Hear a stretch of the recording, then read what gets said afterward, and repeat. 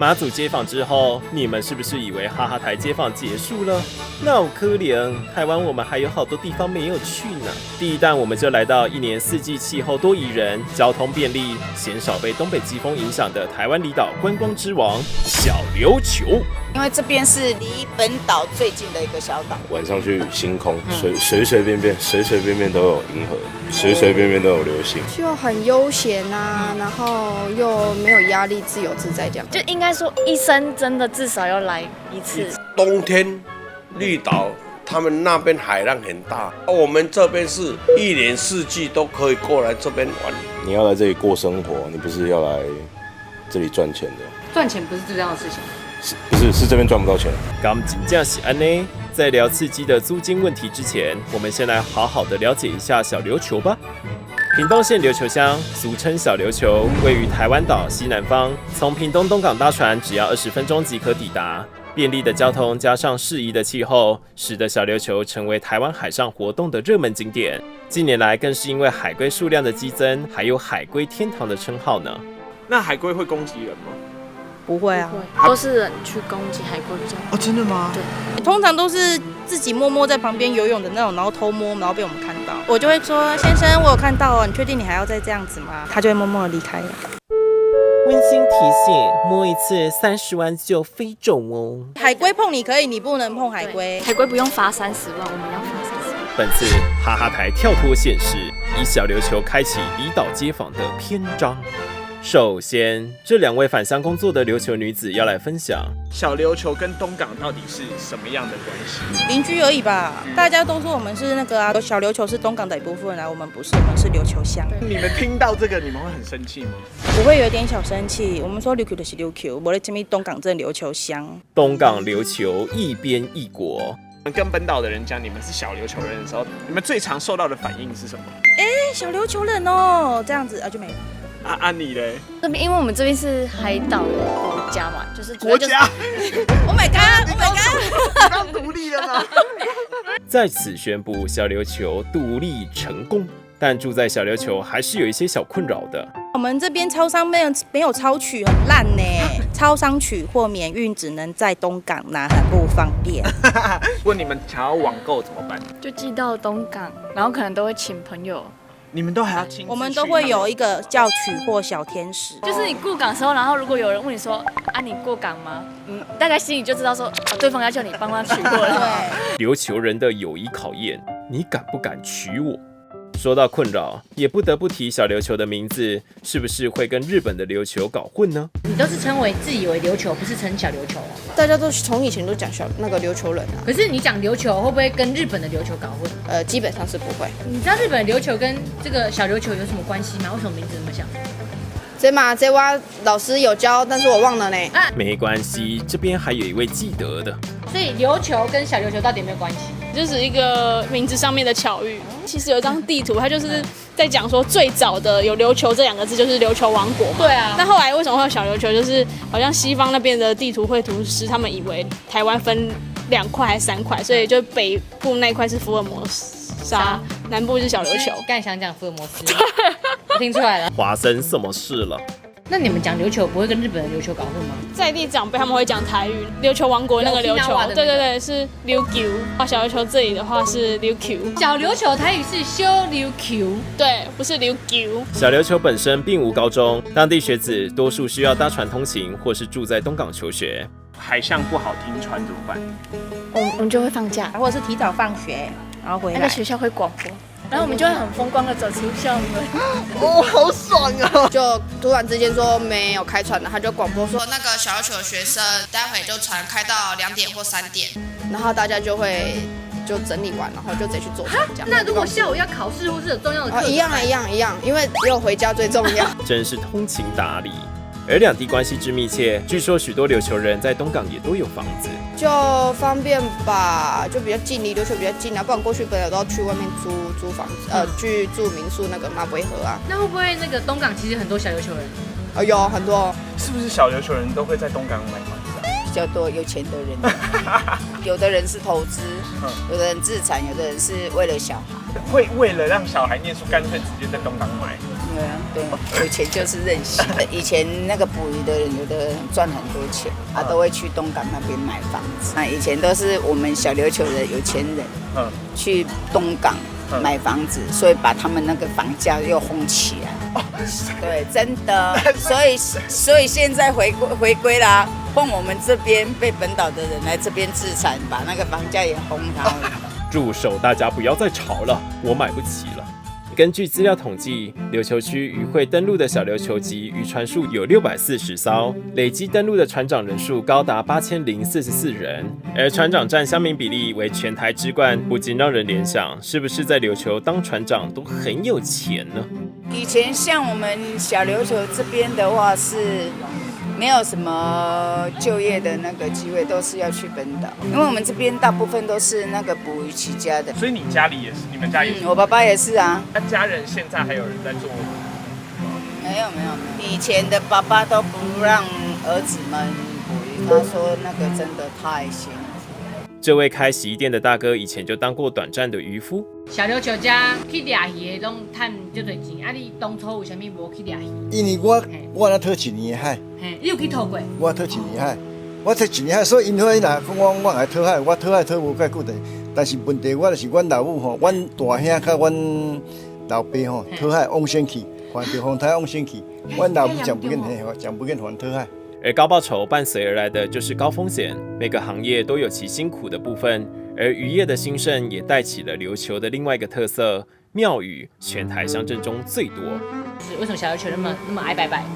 就是以前渔业社会的时候，其实你出去就是他们都会说，就很像不见了。你可以回来就是命捡到，其实是很感伤的一件事情啊。就是你没得选，就只有这个工作可以选，就是那个未知、那个不安的心情就会寄托在信仰上嘛。而且钱可以盖湖盖庙，然后大家就会盖庙，然后一间又一间这样。啊，你知影小琉球有几间庙吗？大细间有70几间，可能有啊。啊，为什么恁琉球人遐爱去庙？讨海人对这神明较迷信啊。我们发现这位大哥戴的帽子来头可不小，有2间琉球最大的庙名碧云寺、三龙宫。阮这2间庙就是同一个委员会。啊，这2间庙可能只是名字不一样，但其实后面管理人是一样的。对，同一个管理员。哦，原来是关系企业。在此，我们要介绍小琉球地区特色之一——迎王祭。3年1次，通常举办7天，透过请王、迎王、送王来驱邪避凶、祈求平安，是当地最重要的民俗活动。而迎王时的交班不只会走遍全岛的庙宇，还有孙冈卡，也就是让渔船们绕着琉球一圈，净化周围的海域。特别的是，每回请到的神明都不同，例如今年驾临的便是卫府大千岁，而据说本地人可以不回来过年，但一定要回来参加迎王，甚至学生还可以用专属的假单请假。小琉球这边的学生，如果遇到迎王祭，是可以请假的。可以啊，每一个家户的他的耕的短链都不一样。比如说问到是大寮土地公庙的，然后我就去大寮土地公庙申请。然后有些人是碧云寺的，他就去碧云寺申请。大家都会知道迎王祭，所以如果你知道是你是琉球的，老师通常都会让你过。全台学生集体移居琉球，去本岛工作的时候，你们都会一定要为了这个迎王祭请假吗？没错，我会，就算你们都一定要他要扣我当天的钱，或者是那个当天的什么整个月的业绩，我被扣过，我也是回来。那天扣3000块，真的迎王祭有这么重要？有，因为就是3年1次，因为就是小琉球人的心中信仰啊。重要到什么程度？你们可以打个比方。重要到我有个朋友离职，为了迎王然后工作离职。如果你要进去的这间公司，他说他不让你放1个礼拜，你就宁可不要进这间公司吗？我就会不会告诉他我要参加迎王，然后在迎王前离职。赢在起跑点。而为了考验琉球人对于迎王的信仰，我们出了一道假设题。你觉得迎王祭对于琉球人的重要度大概是什么等级的？99.9吧。那假如有一天就是迎王祭的时候，然后你刚好安排要出国旅行，你会选择继续出国旅行吗？还是你要选择放弃那个旅行，放弃你缴的钱，然后参加迎王祭？这个应该是会出去，我不能跟钱过不去吧？看来你就是那个0.1%。我们这边跟东港那边迎王最大不一样，就是我们这边有一句话叫，就是有官假官，有户假户，就是我们迎王的时候那4天哦，就是全乡家家户户都会摆东西给大家吃，然后3餐，就是他们会摆在门口给为了要犒劳辛苦的教班们这样子。那今年迎王祭有发生什么特别的事情？怎么了？你问了，这怎么不能说？哦，不是，不是。不能说吗？哦，你们问到这种啊？什么意思？怎么了？迎王祭是不能说的东西吗？不是，我是他机身。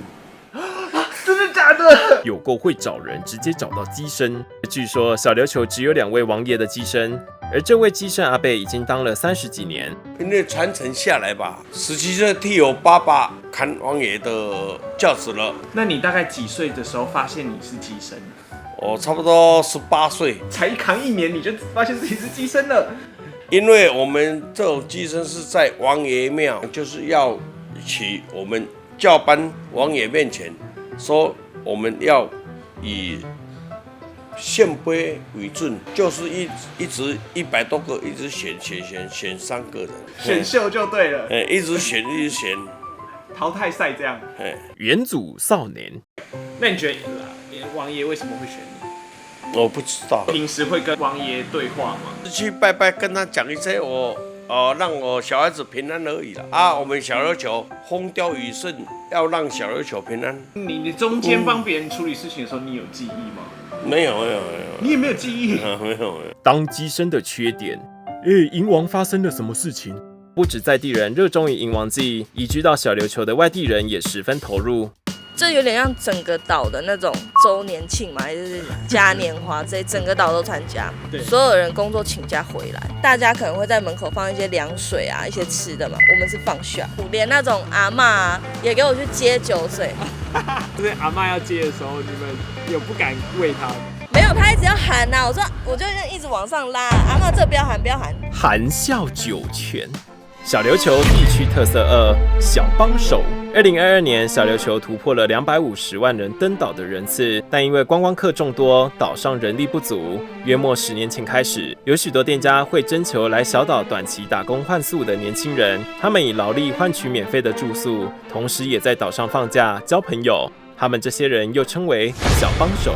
他们基本上都是裸辞，然后出现在这边，要带有一点对生命的绝望跟狠劲，才会出现在小琉球。于是我们直接请小帮手现身说法。那为什么会突然想打工换宿？哦，因为刚好退伍。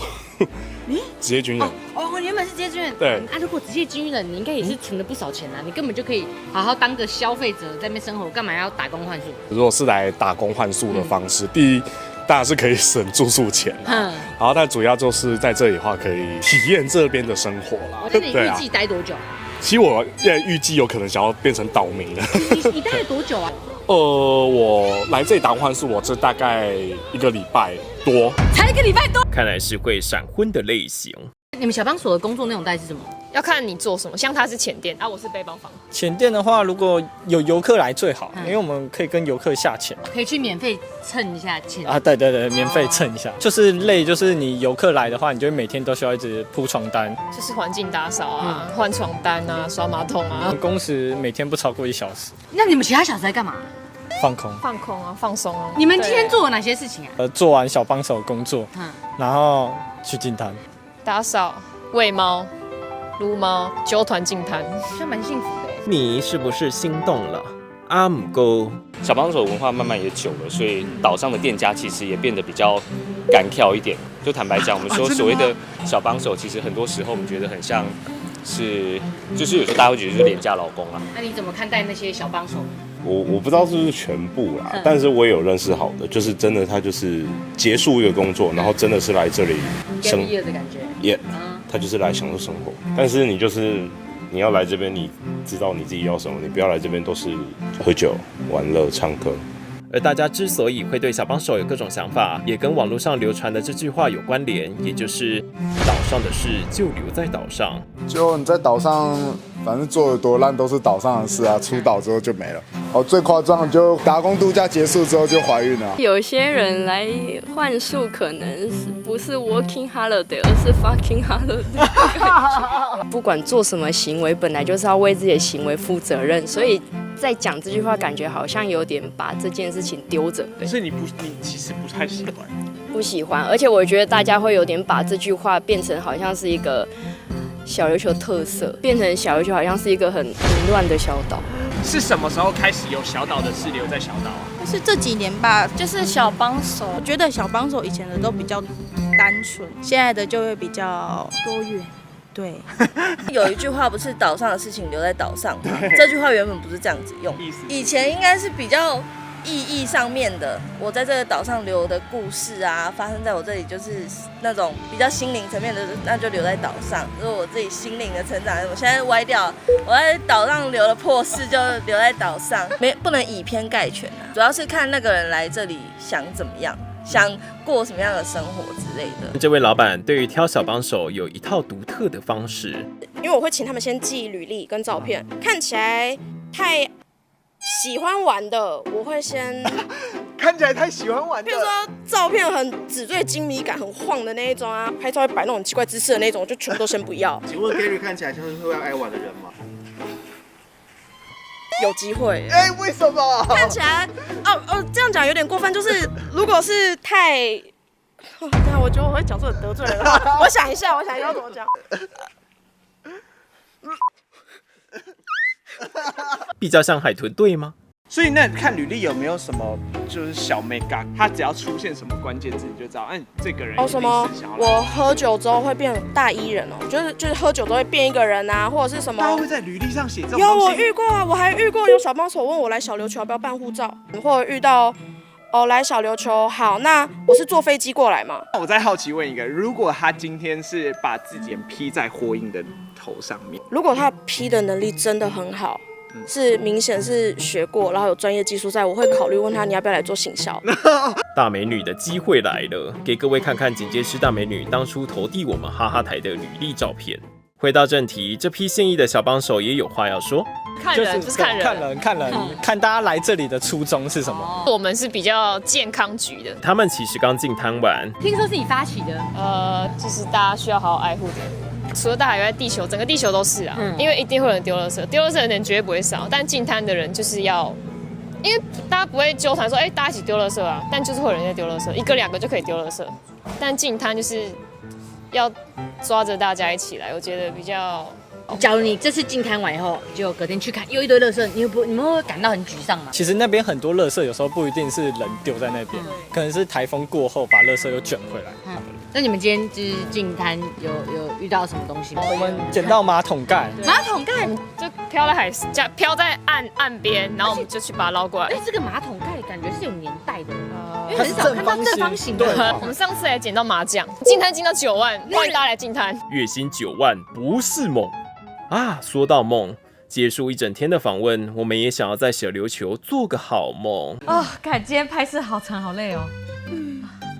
你坐在那边，你干嘛打扰我跟凯瑞？我睡不着啊。是吧？为什么？因为每次出来姐睡的那个饭店，我都会认床。你认床严重？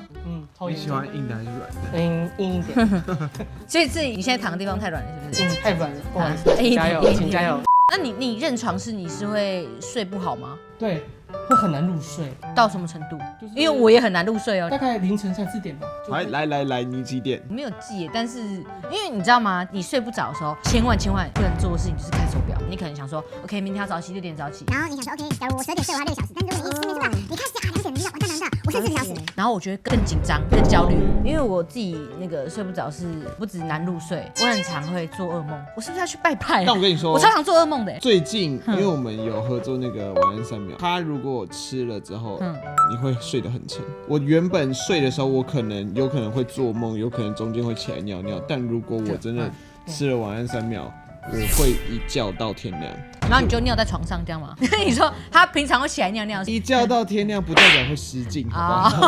我想说就这样摊着，然后起来哇，整个都流出来了，膀胱会无力是不是？被吓尿。那豆呢？你有吃什么东西吗？哦，像我会买那个咸草根。咸草根是什么？对，它一吃它会有那个很强的睡意把你这样拉下去，强迫你睡觉。可是你如果不顺着那个睡一睡啊，哦，你会又睡不着。什么意思？哦，你说你吃完以后就搭上那个列车。所以我前阵子我有吃完，你也有吃，你们俩都有吃，我也有吃啊，因为它有添加那个圣罗勒萃取物，它会减缓压力。所以你吃，你觉得对你是有效的？对我来说，就是晚上可以睡得很沉啊。因为我有吃，但是我觉得可能效果因人而异，在我身上没有很显著的，就是让我睡得更爽的那种感觉。但它有一个蛮厉害的地方是，它白天吃的话，也会让你增加元气。那你吃完3秒是怎样？它会让你没感觉，让你缓步的入睡，就是你不会有那个焦虑感，你不会说我要等那个睡眠的列车，我不用，我就直接这样慢慢的入睡。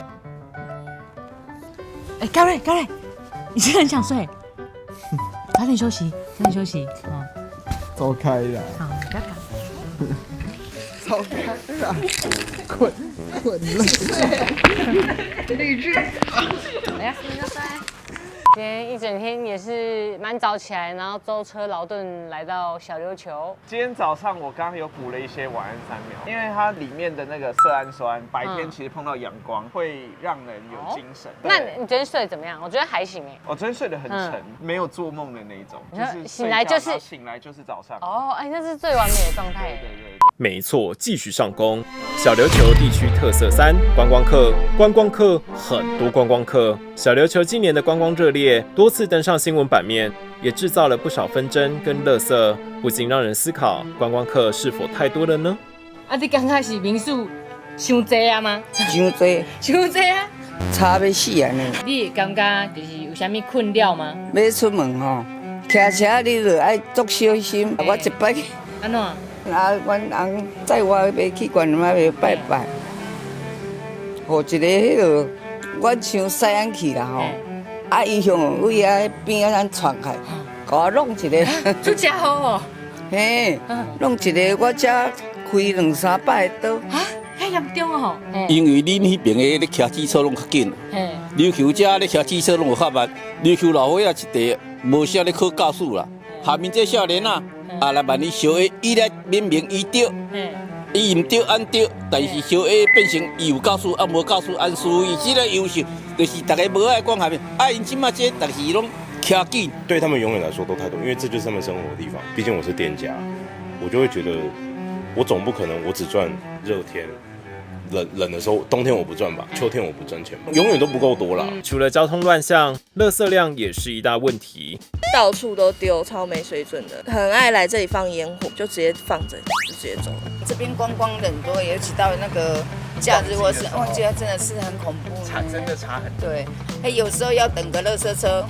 原本7点半就到的，也有过到10点才有垃圾车，delay 到差不多2个小时。这边有那个什么垃圾焚化炉，没有在用，坏掉了啊。也不能说坏掉啊，有2种说法，就是第一个烧的费用太高了，第二个是空气污染啊。其实小琉球焚化炉因故停用多年，近年都需要将大量的垃圾运往屏东焚烧，但是却多次流标，有时垃圾只能留在岛上。好像是2个月的垃圾，或是那个就是没有厂商愿意去招标，所以导致放在我们这边，而且真的味道很难闻。所以你那时候有闻到吗？有啊，你如果经过那差不多在那个垃圾场那边的时候，有时候那个风啊，就会差很多，那个味道真的很难闻。那段时间是怎么撑过去的？基本上我们也不住那边。既然环境问题迫在眉睫，近年也有讨论是否针对游客收登岛费来维护环境与管控人数。我想我嘛是要甲收钱才对，你唔免甲收偌济，20就好。20块就好啊吗？呀？为什么？你收少吧？20块一个20呢，1万个几元啊？好突如其来的数学考试。应该是爱收到对，一个要加收20。看来20元是长辈的极限。你多那10块20块是没有太大的益助的。你如果说你真的要去解决你那些垃圾的问题的话，你会有更好的解决方法。可能你买个饮料，你是不是自己带个环保杯？我觉得不用吧，我觉得大家来就是开心，就像我们去本岛每个地方游玩这样子啊。如果是在那种旺季的时候人多的时候，是应该可以执行的啦。这样子不会让游客变少，这样你们会不会没有生意？我觉得会来的还是会来，尤其热爱潜水的一定还是会来。这很两难，因为收感觉游客会更少来，但我觉得需要，因为不然谁要免费去帮你清这些东西？那大概收多少合理？50块、100块。如果这笔费用有真的被用在维护环境的话，我认同。一个人登岛费大概落在多少合理？100块。我在菲律宾工作的时候，只要你下水就会被收海洋保护费，一次如果我没记错是100披索，折合台币大概60块，是下水哦，不是登岛。在台湾变成100块？因为我觉得台湾被破坏得更严重，而且我真的觉得客流量更大。小琉球这么小，然后这个登岛人数，我觉得已经远远超过这个岛本来应该负担的了。这是铜板价吧？我觉得我要出去玩的50块我还拿不出来，那干嘛还出来玩？最后，在大家意见不同、讨论成一团时，杰尼被一位看似观光客的女子拦下。因为我刚开完那个总量管制的会议，我觉得还爆哭爆哭。这究竟是怎么样的一回事呢？她的身份是这样的：你是小琉球人，算是吧？什么叫算是？因为我是出生之后就去桃园住。你的自我认同是哪里人？我就会说琉球人，只是会有点没有自信啦。因为其实这里的长辈只要听到我讲台语，他们就说啊，你一定不是琉球人。对啊，所以桃园对你来说算什么东西？但我不会觉得我是桃园人，我就说我是南崁人。战场已经越开越多，但他其实是因为一起事件决定回到琉球定居。我那时候就是抗议那个10层楼饭店，就是白沙港那边有一栋很高的。你为了那个饭店回来？就是那时候就是抗议它嘛，抗议失败之后，就是因为我那时候刚好念研究所硕一，然后就想说还是研究小琉球，就田野就选小琉球。你念的是什么科系啊？我念城乡所，现在就是在写论文了。而担心小琉球观光品质与环境的他，刚好在邮局打工。它其实就是外包公司，然后就是帮邮差分品性。我觉得它会有 Google 地标的那个信件，会说你成立那个地标成功，然后你就会这边有新民宿，那边有新的前店，又有新的酒吧，我就先把它记下来，然后再把它放进那个 Google 地图上面点，所有都把盘点出来。你还要帮他们设地点哦？因为就是很多人都会说琉球观光到底发展到什么程度啊？大家说600多间吧，500多间吧，就是没有一个确切的数字。依照你的数据来看，这个小琉球的民宿大概有几间？400多，接近500，但是很多人都说不止啊，就是很多前辈又跟我说应该500多600了。资料控妹妹还有更多惊人的数据。琉球的那个交通死伤人数，他在旺季的时候，他都会登上全屏东县的第1名，是最危险的。就是交通死伤人数是最真的最高的1.3对，然后曾经想当年观光还没有那么起飞的时候，其实是我们是最安全的前3名。你知道小琉球是全台湾乡镇来看庙最多的地方吗？我不太确定是不是第1，但是庙真的很多。我这边也有资料嘞，怎么办？你也有做庙的？对，地图。其实这是地图控啊。人体接警车。不过话说回来，这位资料控妹妹刚刚在哭什么呢？但是我不是开会的时候爆哭，我是就是觉得我快撑不住，我就骑出来，然后就开始哭。原来是她早上刚开了琉球观光的协调会，政府与当地组织讨论游客的总量管制。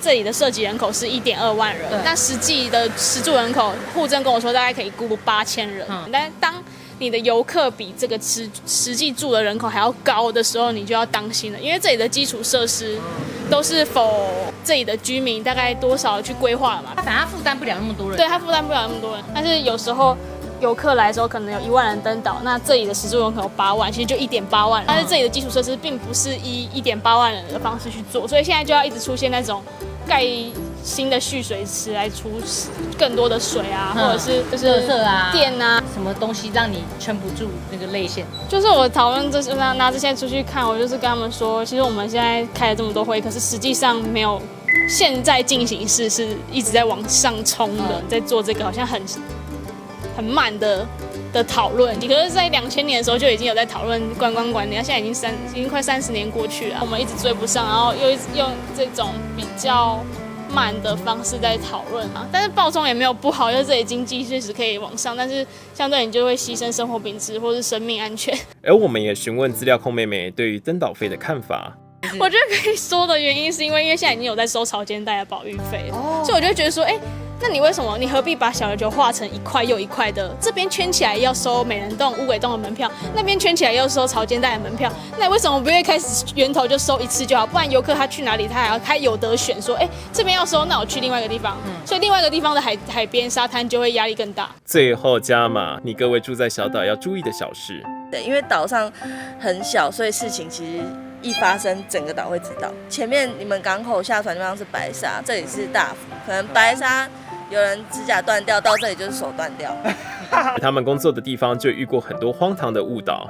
就一开始他们是2个男生来要开店，然后后来人家就传说，有2个男的要来开店，有2个 gay 要来开店，有2个 gay 要来开 gay bar， 有一对 gay 情侣要来开 gay bar 在小琉球，就是这样传，其实根本就没有，他们只是朋友合伙，刚好是同性恋。